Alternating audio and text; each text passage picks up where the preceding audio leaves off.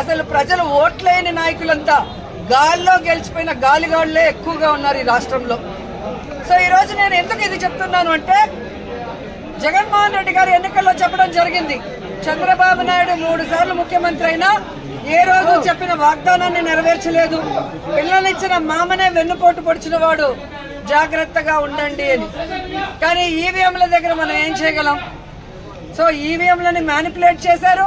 కొన్ని చోట్ల అమాయకమైన ప్రజలు, రైతులు, మహిళలు కూడా జగన్ గారే ఇచ్చినప్పుడు చంద్రబాబు నాయుడు, లోకేష్, పవన్ కళ్యాణ్ ఇస్తారేమో, పవన్ కళ్యాణ్ చెప్పిన మాటలు నమ్మి చాలా మంది ఓట్లు వేయటం కూడా జరిగింది. కానీ ఈ రోజు చూస్తే సూపర్ 6 చేస్తామన్న చంద్రబాబు నాయుడు సూపర్ 6 చేశాడా అని అడుగుతున్నాను. అన్నిటికీ వెన్నుపోటు పొడిచింది నిజం కాదా అని అడుగుతున్నా. ఈ రోజు తల్లికి వందనం ఇస్తానన్నాడు, కానీ ఇవ్వకుండా వెన్నుపోటు పొడిచాడు. రైతుకు అన్నదాత ఇస్తా అన్నాడు, ఇవ్వకుండా వెన్నుపోటు పొడిచాడు. జాబ్ క్యాలెండర్ ఇస్తా అన్నాడు, ఇవ్వకుండా వెన్నుపోటు పొడిచాడు. ఉద్యోగం ఇస్తా ఇవ్వని వాళ్ళకి నిరుద్యోగ భృతి ఇస్తా అన్నాడు, ఇవ్వకుండా వెన్నుపోటు పొడిచాడు. అలాగే అధికారులకి ఐఆర్ ఇస్తాను, డిఏ ఇస్తాను అని చెప్పాడు, కానీ ఈ రోజు ఇవ్వకుండా ఎలా వెన్నుపోటు పొడిచారో మనం చూసాం. మహిళలకైతే ఉచిత బస్సు ఇస్తాను, పొద్దు నుంచి సాయంత్రం వరకు ఫ్రీగా తిరుక్కోవచ్చు అని చెప్పారు, కానీ ఇవ్వకుండా ఎలా వెన్నుపోటు పొడిచారో మీరందరూ కూడా కళ్ళారా చూశారు. ఈ రోజు ఒక్కరికి కూడా ఒక సెంటు భూమి గాని, ఒక ఇల్లు గాని కట్టించకుండా ఎలా వెన్నుపోటు పొడిచాడో మీరందరూ కూడా కళ్ళారా చూస్తున్నారు. సో వెన్నుపోటు అంటే చంద్రబాబు నాయుడు, చంద్రబాబు నాయుడు అంటే వెన్నుపోటు. ఇది ఈ రోజు ప్రజలు తెలుసుకున్నారు, వాళ్ళకి జరిగిన నష్టాన్ని వాళ్ళు తెలుసుకున్నారు. ఎప్పుడెప్పుడు ఎన్నికలు పెడితే జగన్మోహన్ రెడ్డి గారికి ఓటేసి మళ్లీ ముఖ్యమంత్రిని చేసుకోవాలని ఎదురు చూస్తున్నారు అన్న దాంట్లో ఎటువంటి అతిశయోక్తి లేదని కూడా తెలియజేసుకుంటున్నా. మొదటిసారి ముఖ్యమంత్రి అయిన జగన్మోహన్ రెడ్డి గారు తాను ముఖ్యమంత్రి అయిన రోజుకి చంద్రబాబు నాయుడు ఖజా ఖాళీ చేసి ఖజానాలో 100 కోట్లు మాత్రమే పెట్టినా ఆయన పెట్టిన అప్పులన్నీ తీర్చి జగన్మోహన్ రెడ్డి గారు ఇచ్చిన ప్రతి వాగ్దానాన్ని నెరవేరుస్తూ వెల్ఫేర్ డెవలప్మెంట్ 2 కళ్ళగా ముందుకు వెళ్లాడు.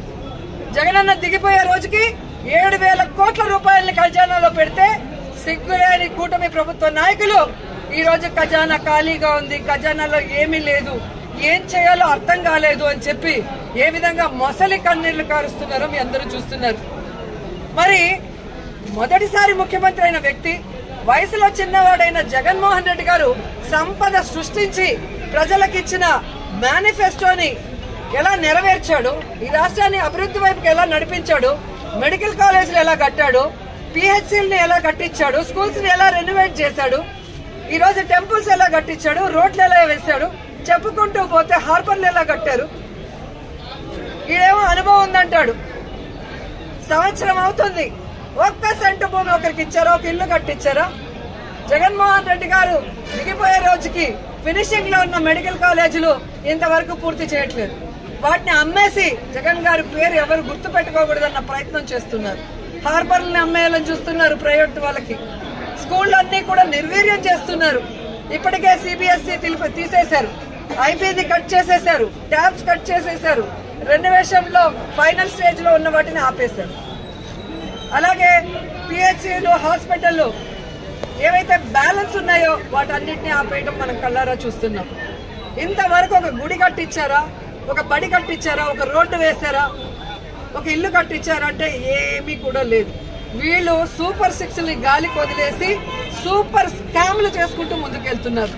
ఈ రోజు ఈ రాష్ట్రంలో చూస్తే బెల్ట్ షాపులు, పర్మిట్ రూములు ఇప్పటి ముప్పటిగా ఇచ్చి మద్యంతో ఎలా దోచుకుంటున్నారు. ఖజానా బొక్కబట్టారు.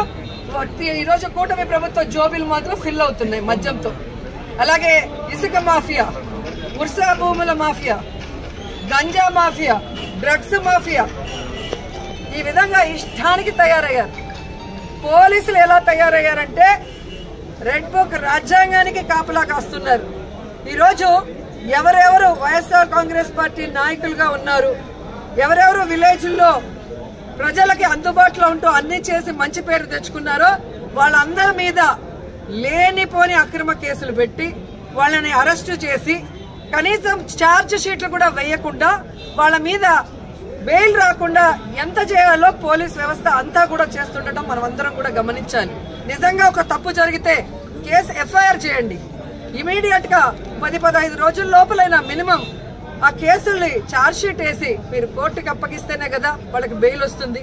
అంటే తప్పుడు కేసులు కాబట్టి ఛార్జ్ షీట్ లో నిజాలు రాయాలి కాబట్టి, తప్పులు రాస్తే రేపు వాళ్ళ ఉద్యోగం పోతుంది కాబట్టి ఈ రోజు తప్పుడు కేసులతో జైల్లో 50 రోజులు, 60 రోజులు, 70 రోజులు మగ్గిపోయే పరిస్థితి వైఎస్ఆర్ కాంగ్రెస్ పార్టీ కార్యకర్తలకి, నాయకులకి కలుగుతోంది.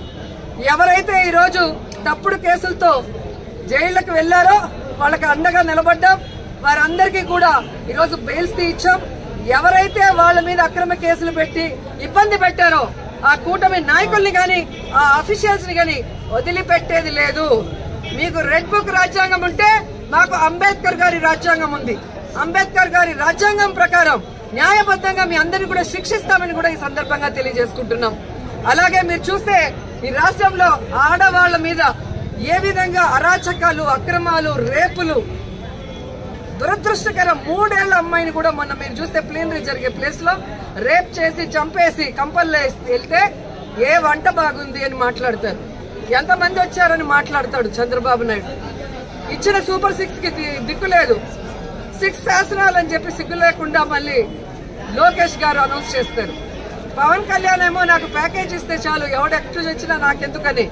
రాష్ట్రంలోనే కాదు, పిఠాపురంలో ఆడపిల్లలు రేపైనా పట్టించుకోడు. పిఠాపురంలో ఎస్సీల్ని గ్రామ బహిష్కరణ చేస్తే పట్టించుకోడు. సుగాలి కేసు అన్నారు, ఏమైందో తెలియదు. 30,000 మంది మాయమయ్యారన్నారు. మరి ఆ రోజు ఇంటెలిజెన్స్ వ్యవస్థ నీకు చెప్తే ఈ రోజు కూటమి ప్రభుత్వంలో ఉన్న నీకు ఇంటెలిజెన్స్ చెప్పదా 30,000 మంది ఎక్కడున్నారు?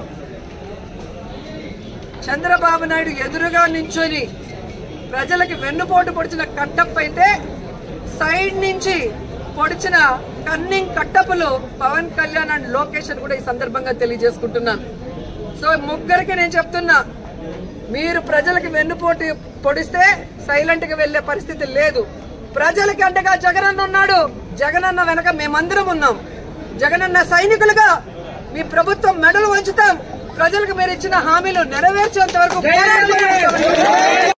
ముఖ్యంగా రైతు బాగుంటే రాష్ట్రం బాగుంటుందని నమ్మిన వ్యక్తులు వైఎస్ఆర్ గారు, జగన్మోహన్ రెడ్డి గారు. రైతు బాంధవులుగా వాళ్ళకి కావాల్సినవన్నీ చేశారు. రైతుకు గిట్టుబాటు ధర ఇచ్చారు. రైతుకు పెట్టుబడి రైతు భరోసా ద్వారా రబీకి గాని, ఖరీఫ్కి గాని అందించడం మనం చూసాం. అలాగే వాళ్ళ గ్రామాల్లోనే వాళ్ళకి నాణ్యమైన విత్తనాలు గాని, ఎరువులు గాని, వ్యవసాయానికి సంబంధించిన పనిముట్లనన్నీ కూడా రైతు భరోసా కేంద్రం ద్వారా ఇవ్వటం జరిగింది. 5 ఏళ్లలో ఏ రోజు రైతు రోడ్డెక్కలేదు. మాకు అన్యాయం జరిగిందనో, మాకు గిట్టుబాటు ధర రాలేదని రోడ్డెక్కల.